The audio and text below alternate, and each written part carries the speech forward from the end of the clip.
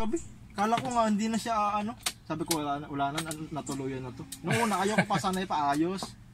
Kasi nga nung paminsan-minsan gumagano siya mga 5 minuto na wala. Para pumipitik mo na. Akala ko parang nag-aano lang siya, nagdolo-kolo lang. Ngayon na. Tangan ng tagal, sabi ko wala na, ipaayos ko na to. Ngayon okay siya, ano?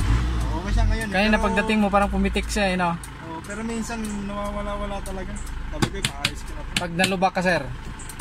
So, hindi siyang ganun. Tsaka, ayan. pag yung bukas yung mga accessories, yung aircon. Ayan, sir, ano?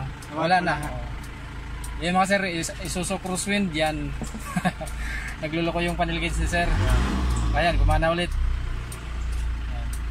Pag pinukpo ko, kanina pinukpo ko, nawala. Ayan. Pero madalas talaga sir na gano'n siya, blackout. Yung nawawala. Blackout siya. Saka dito lang din si sir sa Dasma. Isuzu crosswind. Ang problema ni sir yung ano, nagluloko yung panel gauge niya. Minsan nagana, minsan hindi. Tingnan natin yung loob nito. Ayan, ito na mga sir yung ano, panel gauge ng Isuzu crosswind. Ayan. Taga Salawag, Dasma lang din si sir. Ang issue nito mga sir yung ano, nagluloko siya. Pag nalubak, pag nakalampag, namamatay yung panel gauge. Lahat sabay-sabay hindi gumagana, tapos sabay-sabay rin nagana. Pero madalas daw talaga ano, hindi nagana, sabi ng may-ari. Kahapon habang ginagamit niya daw yung sasakyan kahapon, hindi daw nagana yung panel gauge. Kagabi lang daw ulit gumana, tapos kanina pinaandar niya na gano siya, papatay sindi yung ano, yung panel gauge kaya ng umaga daw. Sana yung mga sir.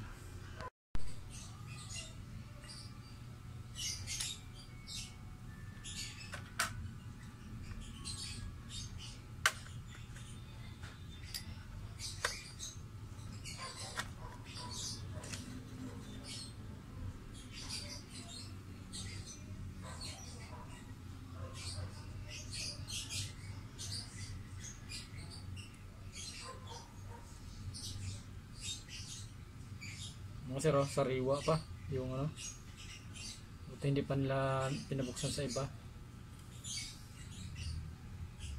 Linis mga sir yung ano, board eh.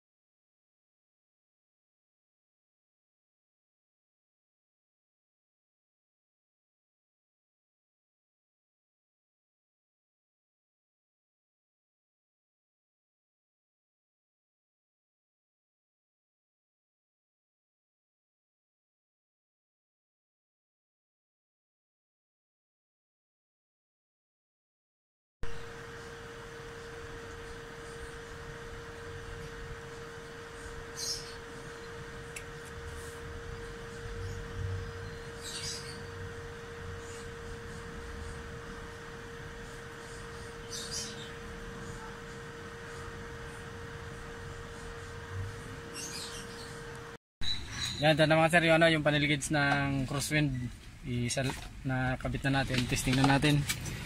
Bali binaba ko yung fuel, tingnan natin kung akit dun sa pool kasi nagpa-full tank daw si sir eh.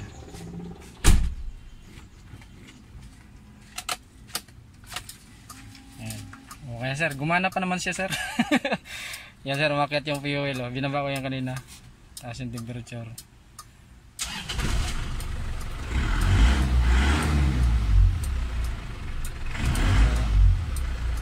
Parang dumami yung number ng Udo sir, no? Hindi, yan talaga. Ah, yan talaga? Ay, pinindot mo pala kanina, no? Kaya pala may ano pala yan, yung second trip. Oo. Para ma-range mo kung gaano kalayo. Nagtaka ko biglang nagbago yung number eh. Yan, okay pa naman siya mga sir. Yan, kanina pinukpo ko, biglang nawala eh. Obserbahan mo na rin sir, no? Sabi naman ako pa kung sakaling tapos yung ano yung fuel sir eh. Kasi nag-full tank ka, di ba? Bumalik sa full tank. Yung temperature. Oo, nga hindi siya bumabalik sa dati na. Yung ano niya, fuel.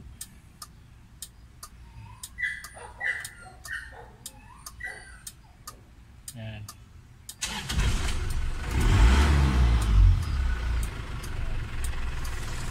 Yung fuel mo sir, obserbahan mo kung talaga magbawas siya. No, kasi bumalik siya sa full tank eh. Pero okay na yan sir. Dati sir pag malamig, ano, ganun siya. Yung halimbawa, unang start mo, hindi siya nagana. O talagang pasumpong-sumpong siya. Palinip sa fuel? Yung, hindi, itong lahat, oh. Minsan gumagana siya. Minsan nagana agad. Pag kalakitan ng pagdadrive mo, ng biyahe mo. Bigla na mamatay, babalik. Kasi nagpakaros ako kahapon.